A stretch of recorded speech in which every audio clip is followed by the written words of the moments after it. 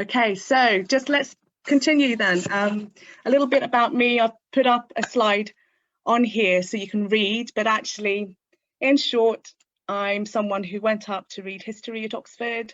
I graduated and entered the UK civil service, and I decided to study an MSc whilst working full-time. I started insight education as a hobby back in 2006 and became a school governor in the same year. Fast forward 10 years, I left the day job to go full-time with Insight Education, co-founding a social mobility charity, Insight Outreach, in 2018. And for this year, we're currently working with about 700 students. I'm really pleased with how that's grown. So I'm here today really because I feel there's a lot that can be replicated at home in what I do to help students prepare for world-class universities. And I hope that parents here tonight or listening to this afterwards come away with ideas to help their son or daughter. It can all be done.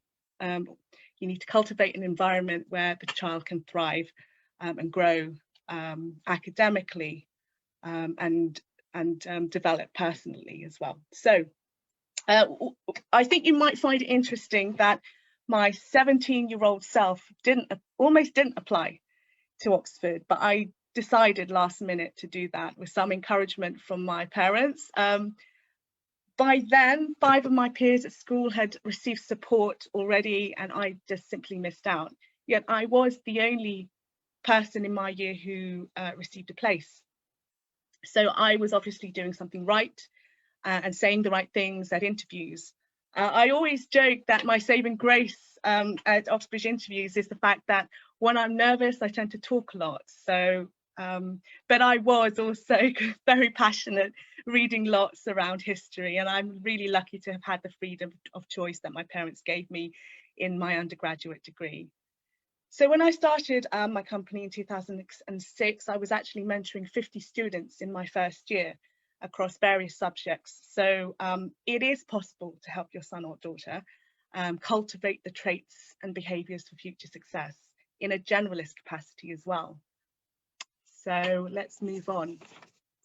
So just to understand a little bit about how I approach things, which is something that you might want to replicate in the home as well. So I have a philosophy in my approach to education, mentoring and personal development. So everything I do is to develop the child holistically. It isn't enough to be a brain box and pass exams with top grades, particularly if you're applying to the top universities. They're looking for more. So first of all, I ask parents, just to put things into perspective and why, cultivation of these traits are important. Little do parents know that actually terms at Oxford and Cambridge are 8 weeks long, and that's short by comparison to other universities, 12 to 16 weeks elsewhere. And depending on your subject, you have more, one or more essays in each week, and each of those have long reading lists. And also there's other multiple work deadlines, especially if you're studying the likes of medicine or PPE. Tutorials at Oxford, or supervisions as they're called at Cambridge, can be you or 2 or 3 others only having this wide-ranging conversation with a world-class academic. And alongside studies, you tend to throw yourself in a whole host of activities to get the best out of an Oxbridge education for 3-4 years, maybe even more if you're going to go on to do a PhD. So I was playing Oxford Blues hockey at the time, and I was playing university sport, tennis, netball, hockey, mixed hockey. So I really went for it, and I was also a member of student societies. So how do you fit it all in? It's not easy. It was tough, and it demanded practical problem solving, being organised, being strategic in my approach to studies, finding smarter ways of studying in a short space of time, and being resilient in the face of a tough workload. So everything I do to help children is geared towards helping them at the transition points in their lives. So to cope with the jump from GCSE to A-level or IB studies, and then again from university to finding a career. So That's the philosophy and our and my vision, mission and values.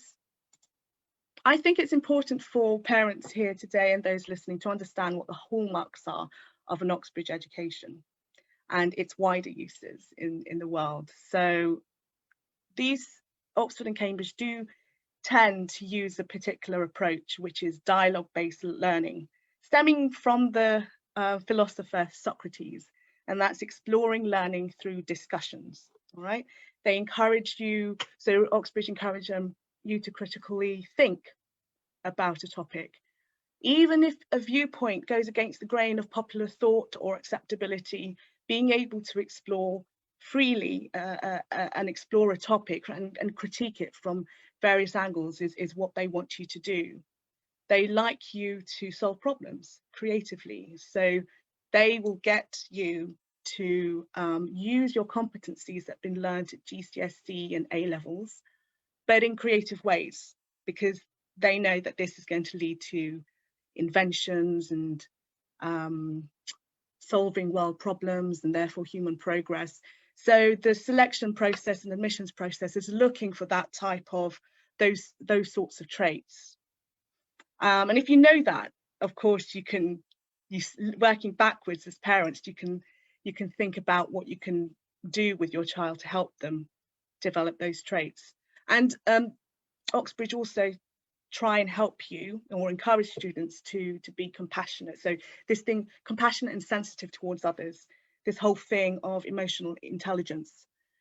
So they encourage you to, afterwards use your degree, not to just become financially independent, but to also do good for society. And of course, emotional intelligence is really crucial for leadership in any career sector afterwards. Okay. So I think that the difference in and why the approach is important is that everything that I've done kind of stems from Philip Brace's study and the virtual learning cycle, where the best form of learning is one where the student is the master of their own learning, with detailed guidance and support from a mentor who's been there and done that. And the key in this approach is that it's not the master and pupil relationship that is found in schools, but one where the student is leading everything and studies are self-directed. So in inspiring students to learn, I tend to recommend practical activities and approaches to develop skills that prepare for Oxbridge entrance and entrance tests and interviews.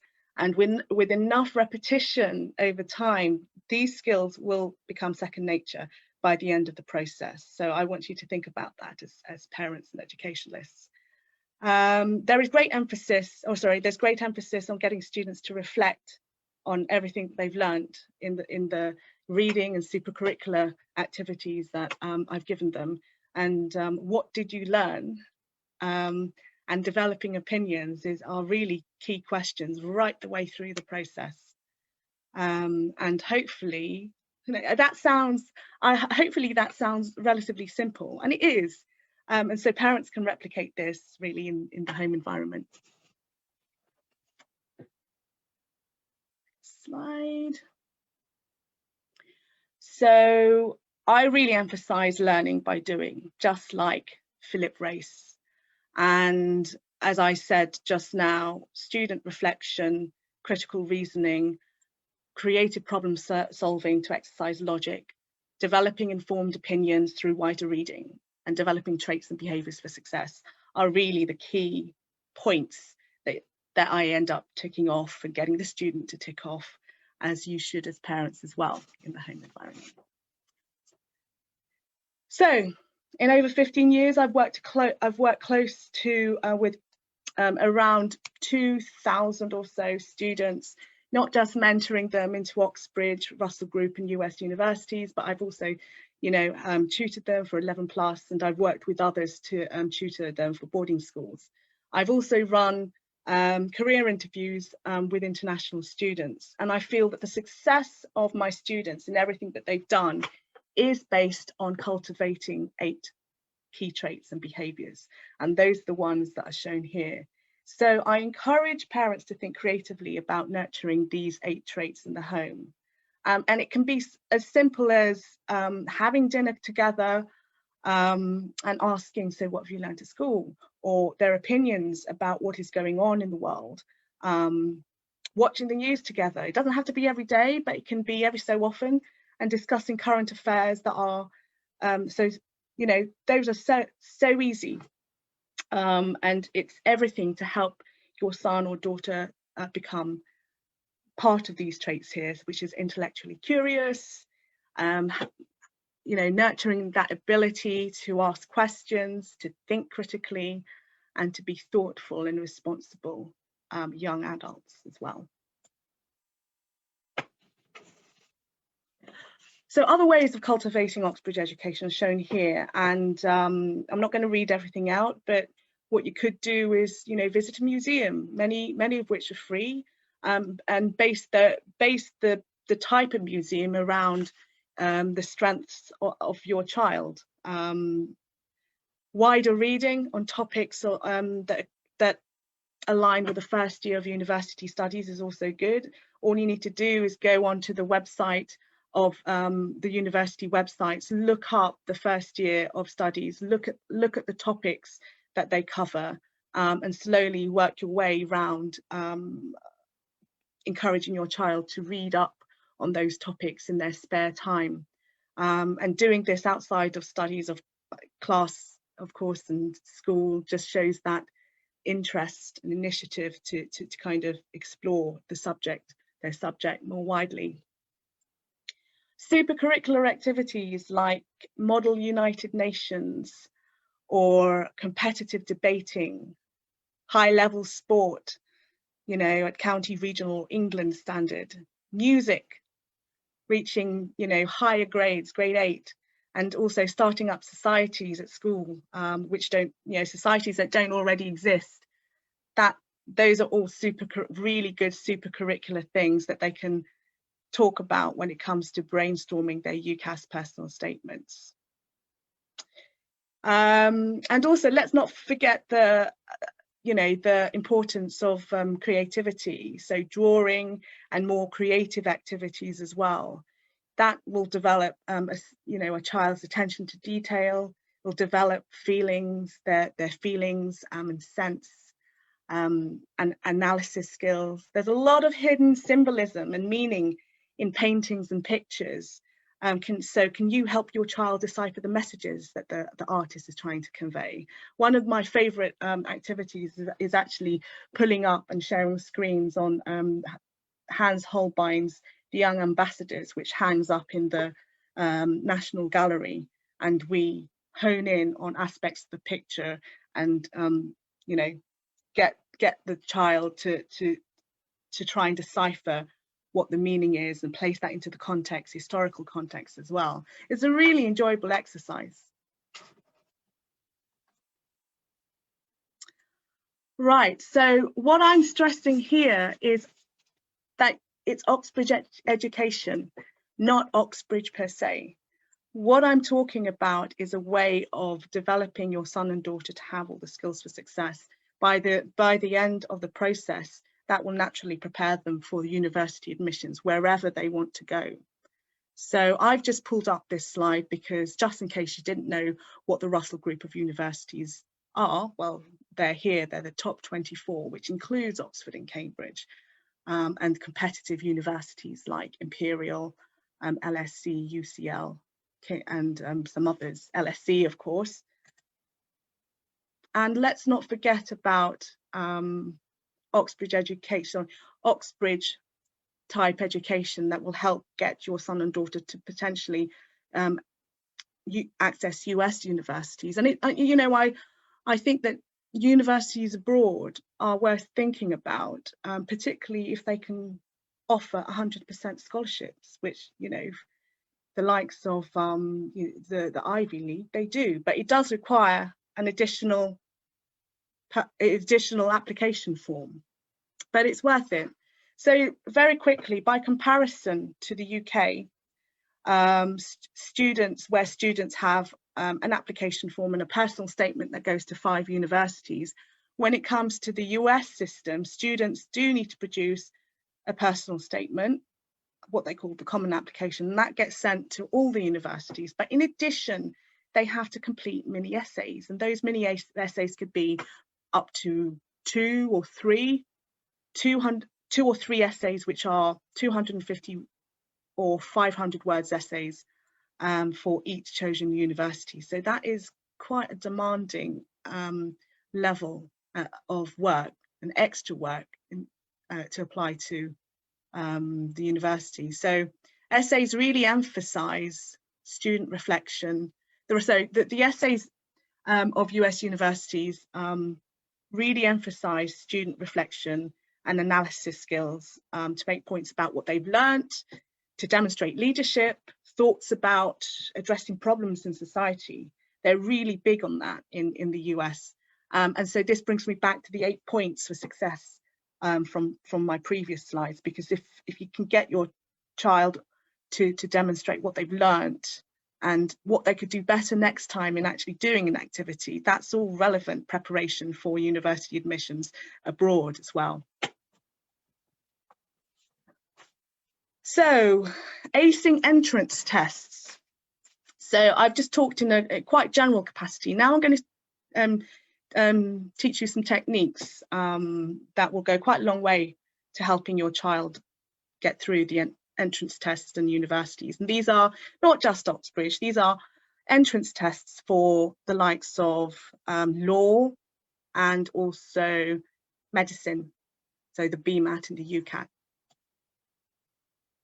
So the first is when I start working with a child, I encourage them to keep their answers real. And so the gold standard that I'm trying to teach the student is to think widely and critically. So I ask them to master a mnemonic. This is the real technique, and their answer in response to any question that I ask needs to be real, and it needs to be evidence of research, enthusiasm, analysis, and lateral thinking. Under E, not everyone is going to be visibly enthusiastic, but the hallmark of an enthusiast, I think, is someone who's able to recall the key details about what they've seen, heard, or seen or heard, and be able to come up and cite research and the authors. And that's what I encourage students to do. Analysis and lateral thinking as well can be broken down further so that a student views a question from multiple perspectives, and those are the political, economic, social, and cultural perspectives as well.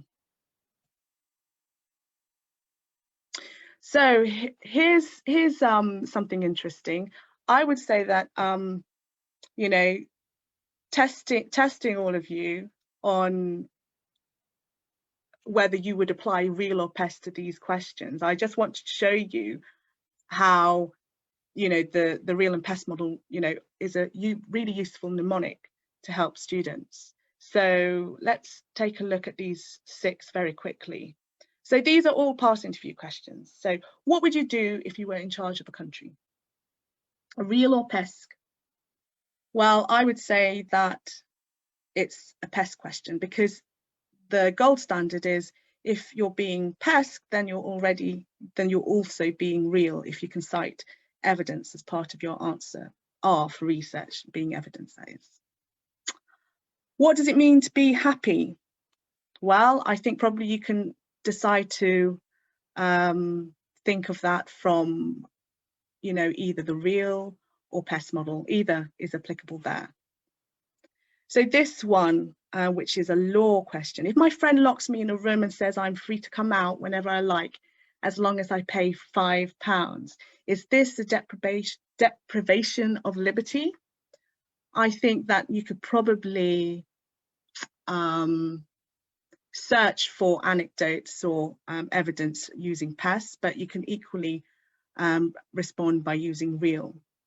This is a good one. Does the welfare state trap people into poverty? I think that's certainly a PESC question in order to answer that question. Would it be feasible to have an economy based entirely on the service sector? Again, I think that's a PESC question. And if an interviewer asks you, why mathematics? That's PESC, if you want it to be, or real. So this is how I work with students and this is how you can work with your son or daughter at home as well by replicating this mnemonic. Let's move on. So the REAL and PESC can be applied to humanities subjects, and also when talking about, you know, moral dilemma questions in law and medicine. We also have one for tips, sorry, for mathematics, which is called tips. And so T, I, P and S. T stands for tools. What tools? So mathematical principles at GCSE or A levels could be used to answer the question. I, information. What clues are in the question to help you answer it? P, then this is really important.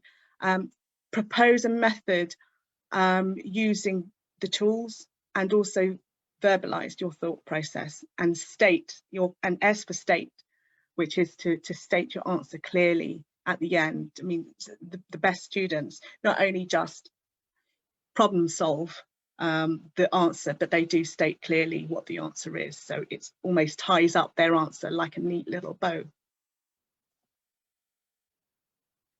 And of course, by cultivating students' thinking from different perspectives using REAL and PESC, that's also helpful for personal statements as well. So I think probably, I'm not going to go into personal statements now, just know that getting students to think in those ways will naturally help them write their personal statements in a few months' time as well. Great, so would you like to see these frameworks in action? I really hope that my team are there, because I'm going to invite them in now to demonstrate some of the techniques. So I'm going to just stop sharing screens for a minute. Okay.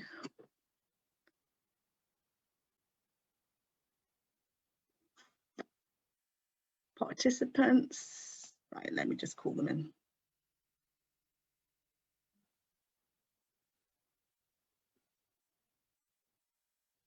Okay, yeah, they're coming in. Admit all.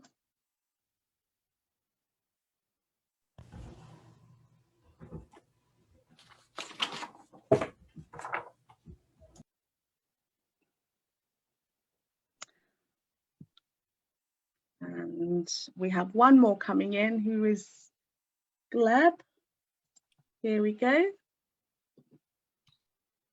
Hello all, thank you so much for joining me on your Saturday, and to help the educationalists and parents that are part of this room. Okay, so we're going to demonstrate how to answer these questions, some past interview questions using REAL, PESC and tips. And I think what we'll do is start with John first of all. So John will introduce himself, and then I'm going to ask John the interview questions and see what he's come up with. Okay. So, hi, my name is John. I've had the pleasure of working with Joyce for the last couple of years. I'm also a supervisor at Cambridge, and I've set up numerous novel teaching schemes for medical students there. And yeah, Joyce, ask away. Great. So I've allowed you to share screens on your slides if you've got them ready. Yeah.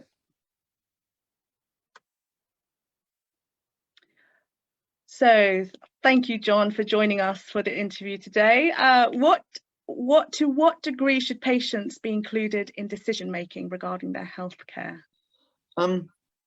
So the beauty of the REAL technique is that it really lets candidates shine. So if we start with the R, well, the research into this. Now, this seems like, I chose this question because it seems like quite a difficult question. You know, how does one research this? So we can look at this with different healthcare models. And actually, we're not going to look at it by thinking about healthcare around the world. We're going to think about healthcare through time. So if 60 years ago, patients were not involved in their healthcare, right? Patients were told what happened, okay? You have this condition, I'm the doctor, I decide that this happens to you next, right? And then from that, we can deduce the other side of the spectrum, which we are doing in some parts of this country, in some fields, and also in, you know, more in the US typically. And that is, the patient goes to the doctor and says, you are here to provide me a service, I will pay you, or you will get paid by, you know, it's a national health system. You know, you will get paid for doing this for me. Just give me what I want, you know, it's my body, I have the right to choose what I get. And I think intuitively, I mean, certainly for me, I don't like either of those models very much. I think we need some common ground. And then this is where the enthusiasm comes in. You know, I'm saying what I like. I quite like a model where the doctor and the patient work together. And I think that's what healthcare has to strive for. So how do we get that? Well, obviously doctors should be listened to. Doctors know a great deal about healthcare, but they have to take into account the situation for the patient. They have to take into account the patient as a person. You know, just because one treatment might work for one patient, it won't work for another patient. Okay, so when we start analyzing this, then, you know, we get a bit more into the nitty gritty. Okay, it's great to say, you know, patient doctor work together, very easy, but how do we actually achieve that? Because there will always be an imbalance in knowledge, an imbalance of power. So that's when things like education come in. Doctors need to have the facilities to educate their patients appropriately. They need to be able to have the time to educate patients appropriately, and they need to be able to have the skills to communicate the, you know, fairly complex decisions they're making with somebody who, you know, might not know a great deal about what's going on with them, might have not have gone to the doctor for 40 or 50 years. It's more common than we realize. So then we get to the lateral thinking, well, you know, is it always right for doctors and patients to work together? You know, is this a one rule fits all? And again, not necessarily. Sometimes, and certainly I've seen scenarios where actually what patients want is totally wrong and you can't work with them. You know, it sounds a bit odd, you know, why, how can what the patient want be wrong? But especially with children, parents can sometimes be difficult. You know, we can all be like that. We all love our children. We all love children, don't we? Especially, all right. But I've seen scenarios where patients are wanting the wrong thing for their children, and therefore the doctor has to revert more to, you know, the former more paternal sort of healthcare, where it's like, oh, actually you need this. And sometimes for some patients, you know, we unfortunately live in a world where, you know, it might sometimes be easier to just give in to what a patient wants, so you might go to the other side. So, you know, although it's ideal, it's not possible in every situation. And that's the beauty of something like the REAL technique, because, you know, it lets you show off your reading, you can show your passion, and you can show you're a bit of a different candidate for the last two parts, you know, your analysis and lateral thinking. Now, if we go, and if we approach the PESC model in a different way, which will be the analysis and lateral thinking part, if I let Joyce ask me the next question. Yes. Well, thank you, John, for that fascinating answer. I have another question, and that is, how has the coronavirus impacted society? Great. So this is when the PESC model is very useful. So P, political. I think the coronavirus has had, you know, like will have very long-lasting effects on society, and actually will be things that, you know, children now and even, you know, future generations will still be feeling. I know I'll feel it because I'll keep wearing a mask in the hospital for God knows how long. But if we think about this, if we structure the answer properly, politically, how has it affected politics in this country? And then we can think about politics globally. Well, in this country, it's had quite an interesting effect. We've somehow seen Labour, I'm not choosing sides here, Labour deal with the pandemic quite poorly, not really pose any opposition. And we've seen that with both the former leader and the current leader. Whereas we've also somehow seen the Tories deal with everything quite poorly as well, but somehow they haven't dealt with it as poorly as Labour. So you're kind of getting shifts more towards the right of the spectrum. And this is all on a background of a very volatile political situation already, with things like Brexit and BLM occurring before. And then if we think about this on a larger scale, internationally, obviously with Donald Trump, you had the rising tensions between the US and China. You have strained international relationships on a background of economic relationships. So, for example, we can look at what's happening in India with this new variant, and you know, how do governments navigate that? Because obviously India is a major economic power. We can't not trade with India, but we can't, so at least for social reasons, we can't necessarily trade with India. So we'll see a lot of strained political relationships, and we're seeing that within the EU, for example, with the vaccine they're using. I mean, they've been very slow to roll it out compared to the UK. So politically, there have been differences in how people would have wanted the pandemic to be dealt with in their own country, how it's been dealt with in other countries, and actually just the strains that's putting on relationships. Economically, it's had a massive impact. I think at one point the economy has shrunk by 30%. And to put that into perspective, I think in like major financial crashes, it usually crashes by like 5%. So we're looking at a massive economic downturn. You know, so many people losing their jobs. It's had really long-lasting impacts. You know, the government's gone into a massive amount of debt to try and you know, with all their various schemes to try and stop people from going bankrupt, and that's debt which is obviously needed, but it's debt we'll probably be paying back for the rest of our lives. Socially, now this is, there have been really massive changes socially. I think the coronavirus highlighted several weaknesses in the NHS. The NHS was not prepared to cope with the pandemic. There'll be long-lasting health implications from this. Obviously, there's the immediate social impact of, you know, people dying very unfortunately, and the effect of that on their loved ones and their cared ones. But long-term, actually, how many people died from this because they couldn't go to hospital to get their proper healthcare? You know, A&E was quite quiet during the pandemic, right? Because nobody could leave their house. There were no road traffic accidents. There weren't any people coming in. There weren't enough people coming in. So a lot of people who would usually be going in for things which occur like on a daily basis, things like pancreatitis and just random things like that, was stopped going in because of the pandemic. And the WHO estimate that actually more people have been killed by disrupted healthcare services because of the pandemic than by the pandemic itself, than by the virus itself, I should say. And we also have cultural changes, and it seems a bit pernickety to keep it separate, but I think it's important because it highlights a Canada that's really thinking about things. You know, they understand what's social and what's cultural, and culturally we've had really big changes right now. You know, we have this whole shift of working at home. We have that you know, that's a danger to the high street. We have changes to how children have been educated for the last year. We fundamentally, as a culture now, we're more at home, we're more independent, we're less outgoing. And even though restrictions are being lifted, it will take a long time for culture to return to normal. So I think, you know, to summarize, I think the coronavirus has had a tremendous impact on society in a plethora of ways, and we're going to keep living with those impacts for the years to come. Well, thank you, John. That is a fascinating answer. And for all those of you out there who are listening, I hope you can see how powerful that PEST model is in actually really thinking about the question from multiple perspectives. John, thank you so much. That's brilliant.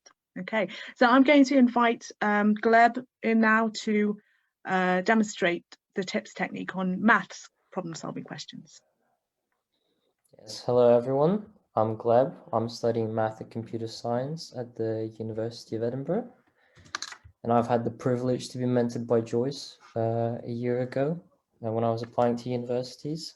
And that's where I learned the TIPS technique, and I use it nowadays still in university. So I'm just going to walk you through. Let's jump right into the first question.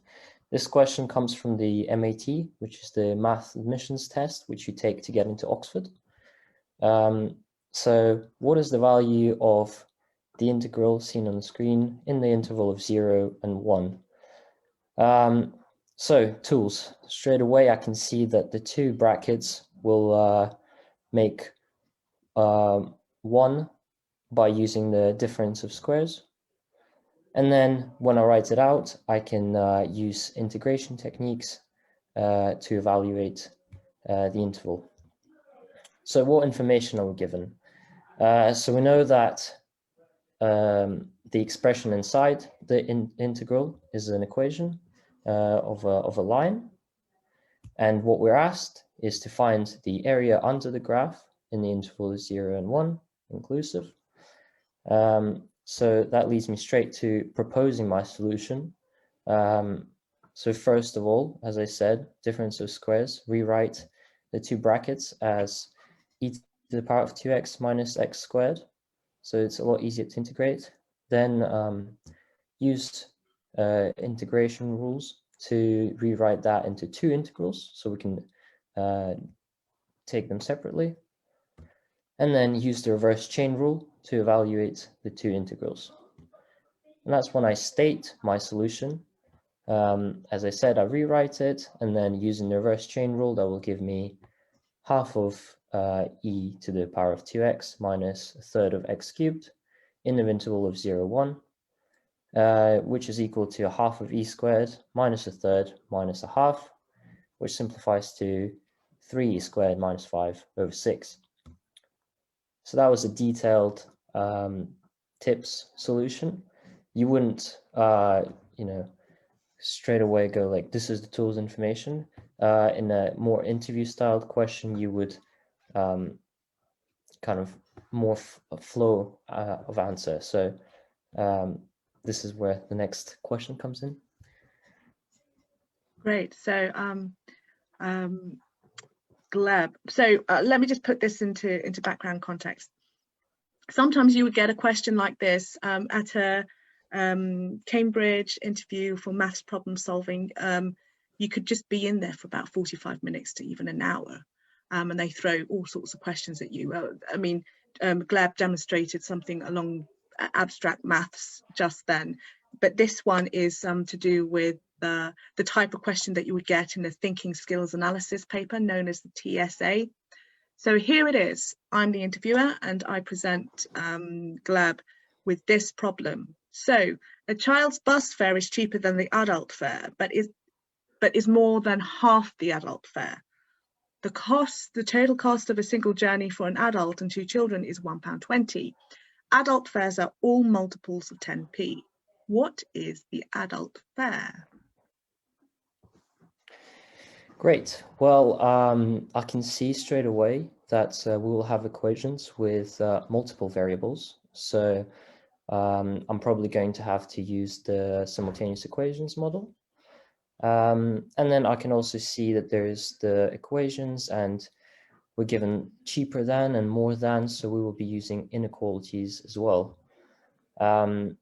So to make it easier, I'm just going to denote A for adult fare, and C for child fare, and then rewrite what we're given in the question, which is A plus 2C equals 1.2. C is smaller than A and C is bigger than half of A. Now, the way I'm going to go about it is I'm going to rearrange the first equation to write A in terms of C, then plug A back into the two inequalities so that we have only C's in the inequalities, find the solution for C's, and then plug it in back to the first equation to find the value for A. So let's do just that. Let's first of all rearrange the first equation. A would equal 1.2 minus 2C. So we would plug that in back into the inequalities. So C smaller than A will be C smaller than 1.2 minus 2C, which is 3C is smaller than 1.2, or C is smaller than 0.4. Now, if we were to plug that back into the first equation, if we said C equals 4, then A would also equal 0.4. But because C is smaller than 0.4, A must be bigger than 0.4. And we do a similar thing for the other inequality. C is bigger than a half of 1.2 minus 2C. Rearrange, we get C is bigger than 0.3, which implies that A is smaller than 0.6 using the same logic. So now we use the simultaneous equation model once again. We write what we found. So A must be bigger than 0.4, yet smaller than 0.6, and a multiple of 0.1, which leads to only one solution, which is A must be 0.5 or 50p. And Great. that is how you would use the tools information proposal state model. Thank you very much, Gleb. I wish I could say that I understood everything that you said today, but I'm sure those listeners who have math skills understood it all perfectly. Great. Okay, so we're now going to move on to Osman. Hello everyone, my name is Osman. I'm currently in my second year of university studying history, and I too enjoyed being a student on Joyce's programs, as it really helped me get through the university admissions process. And also I find that the humanities side of it, so the REAL and PESC model, is something that I'm still utilising in my studies today. So I'll be going through another REAL question and then applying that to a REAL PESC question as well. So I'll bring my screen up and there we go. Hang on. Yep. Great. So Osman, is there anything such as race? So this question is really important for, I think, understanding the modern world. It's something that I've studied a lot, and I think it's really important to understanding where our social issues today derive from. So it's something that's grown in importance recently, especially as we've seen the Black Lives Matter protests grow across the world, particularly last summer. And recently I was reading a BBC History magazine article which revealed how even architecture can contain some of the legacies of imperialism, as we've seen British stately homes undergo investigations which have revealed how those buildings are being constructed, which I think is really important. And that article actually tied into wider debates around statues and how we commemorate figures of empire as well in relation to race, such as Confederate generals in the United States and their statues. And also we've seen in the United Kingdom with the Edward Colston statue in Bristol. So looking at this now from a historical perspective, I think is really important, looking at how race has historically developed as a concept. And if we go back to the 18th century, and this is a topic that I looked at in my first year of university around the Enlightenment and how the modern day history writing has developed, early on we can really see race being a central feature of that history writing. So while history writing was considered as both an art and a science by these Enlightenment thinkers, which was something that represented a major difference of the past, the philosophical nature of their arguments was often quite Eurocentric and progress-based. And so I've really enjoyed learning about thinkers such as Voltaire, Hume and Montesquieu. And these thinkers really saw their age as the peak of human achievement, but at the same time ignored non-white, non-European perspectives in their analysis. And while there were some historians who were more self-reflected, like the French historian Abbé Raynal and his history of the East and West Indies, Enlightenment historians have often concluded that Western European civilization was superior. And so if we take that now to an analytical point, we can see that the way these histories have been written demonstrates a clear recognition of race as a concept. Because they've ignored those non-European, non-white perspectives, it's often produced a very Eurocentric, progress-based narrative. And it's only recently that we've seen the trend of post-colonialism developing in the 1990s, which has really challenged the way the Enlightenment historians have written about history and sought to bring in those marginalized groups which have previously been excluded and deconstruct those dominant narratives. So overall, I think the rise of post-colonialism and its current importance for modern history writing really demonstrates that there has been such a thing as race, mostly because it's been able to deconstruct those narratives from Enlightenment historians, and it's something that's still relevant in the present today, and it's something we'll continue to debate, I'm sure. And so that's really a run through of the REAL technique. If you were to take that framework and actually add an introduction and a conclusion, you get the framework of an essay, because what you're doing is you're showing your argument in an answer like mine. But if you just begin it by kind of defining some of the keywords in the question and going through its importance and scholarly debates before you wrap up with a conclusion, you can then add this to an essay argument. And the key thing we stress in this essay argument is having a rebuttal as well. While appeal is normally used, we think having the R there, rebuttal, shows that students have a greater awareness of the whole topic and aren't just kind of following a narrow line of argument that they've constructed. And so with that, I think we'll move on to the next question now, if you want to ask that, Joyce. Thank you, Osmond.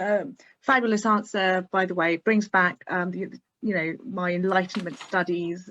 I love it.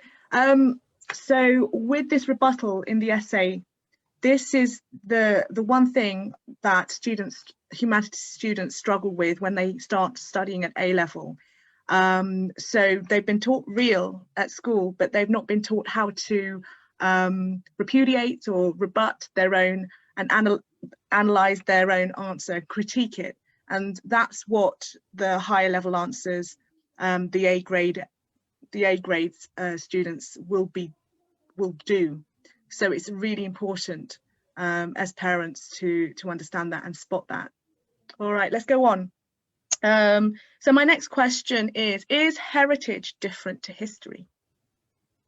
Yeah, so this is another really good question to analyze, and something I remember researching early on in my degree and looking at how we consider these 2 points, because on the face of it, their definitions may seem obvious, but if we actually study them in detail, we can see they overlap quite a lot. And trying to find a precise definition of either one of those two terms is often very contested and very kind of debated over. So I think a good way to look at this question is through the medium of objects which relate to heritage and history, which have been agreed upon to contain both of those concepts. So I think an important object to look at with this regard is the Confederate battle flag, because on one side it's been viewed as a symbol of heritage for America's Deep South and building their identity. But historically, we've actually seen a recognition of its use, relating to slavery and our arguments in favor of slavery. And it's something that's appeared very recently in debate. So we've seen New York recently banning public displays of the flag, while Mississippi actually removed it from their state flag completely, and they've completely revamped it.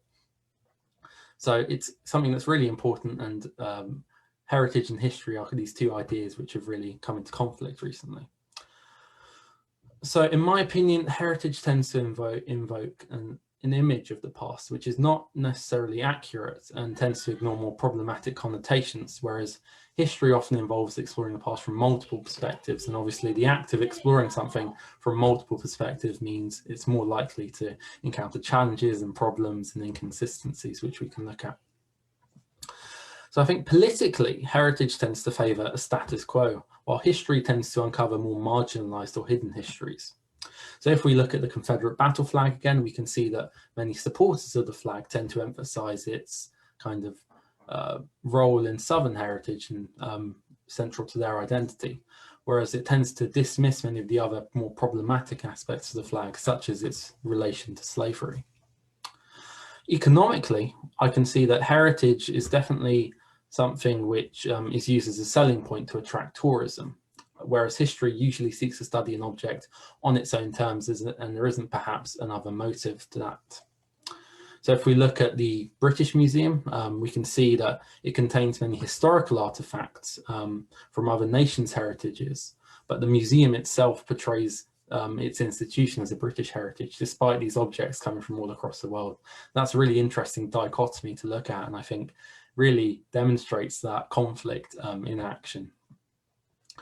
Socially, I think heritage can create a more stratified society, while history tends to be more inclusive, again, because it includes multiple perspectives. And if we look at the American South, we can see generally it tends to be older, white Southerners who feel strong attachment and identity to the Confederate battle flag as part of their identity, whereas it tends to be younger African-American residents who oppose the flag due to some of its negative racial connotations. And if we look at that as an example, we can see how, because heritage tends to promote one view only, it can create a more polarized society with some people who agree with that view and obviously disagree with that view, and it creates those clashes.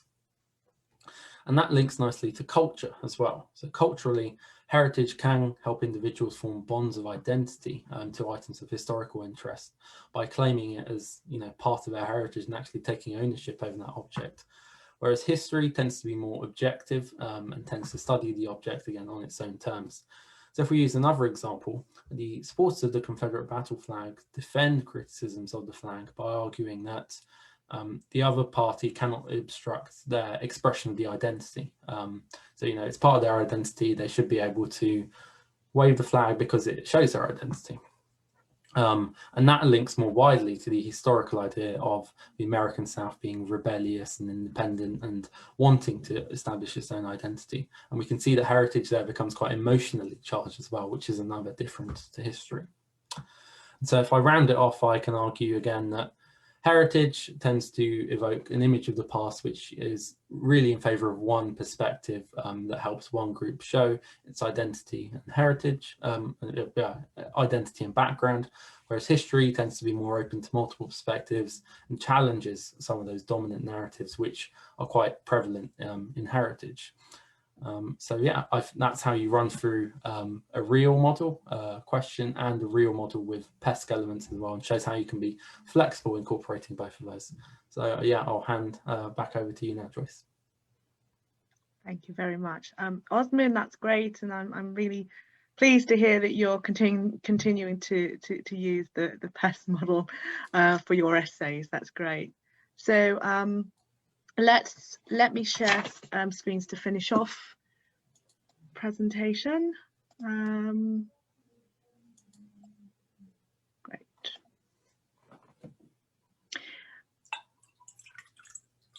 So I'm very fortunate. I'm very fortunate to work with the likes of John and some other wonderful colleagues who are just ever so slightly older than you know, a child applying to university, and they're really the older brother and sister who've been there and done that rather more recently than some of the older, more mature professionals that we have and that I work with.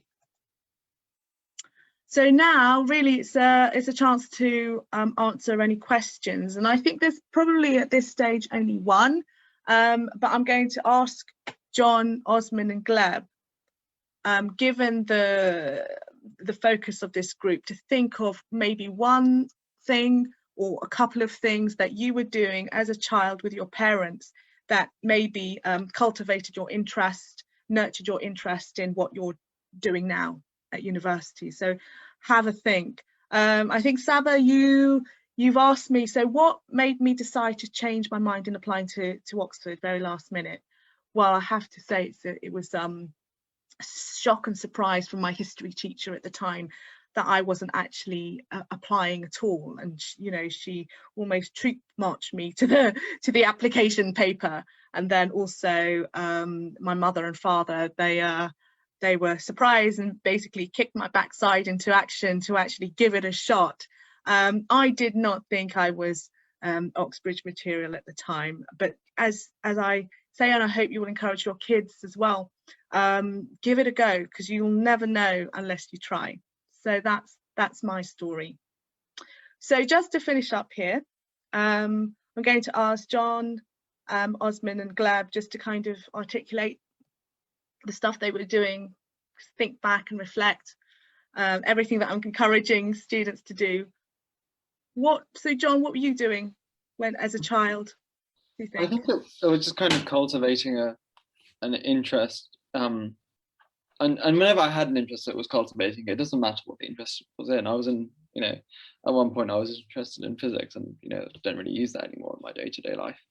But it was if I found something, if I, you know, just follow the thread, pull on a thread if you find it, just see where it takes you.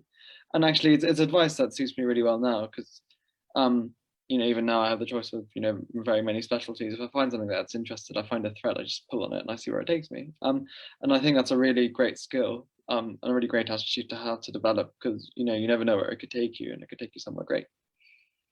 Thank you, John, for that. Let's go to Gleb. What were you doing as a child, or doing with your parents that helped you decide on medicine and computer science eventually? Yeah, I would say as a child, I was always knew that I was going to do something math based, because kind of both my parents engineer degrees, and yeah, since young age I was kind of really interested in building circuits, and I was really interested in space. I was always wanted to work for NASA. And then kind of when I was older, I started coding and fell in love with that completely, and the whole dynamics of how a computer was built. So that's how computer science came into my life, and yeah, math was just always there from the start. So I would say, yeah, basically since young age. Great. So parents, let your students run with what they're interested in and really nurture their passions and motivations. Osman, what about you?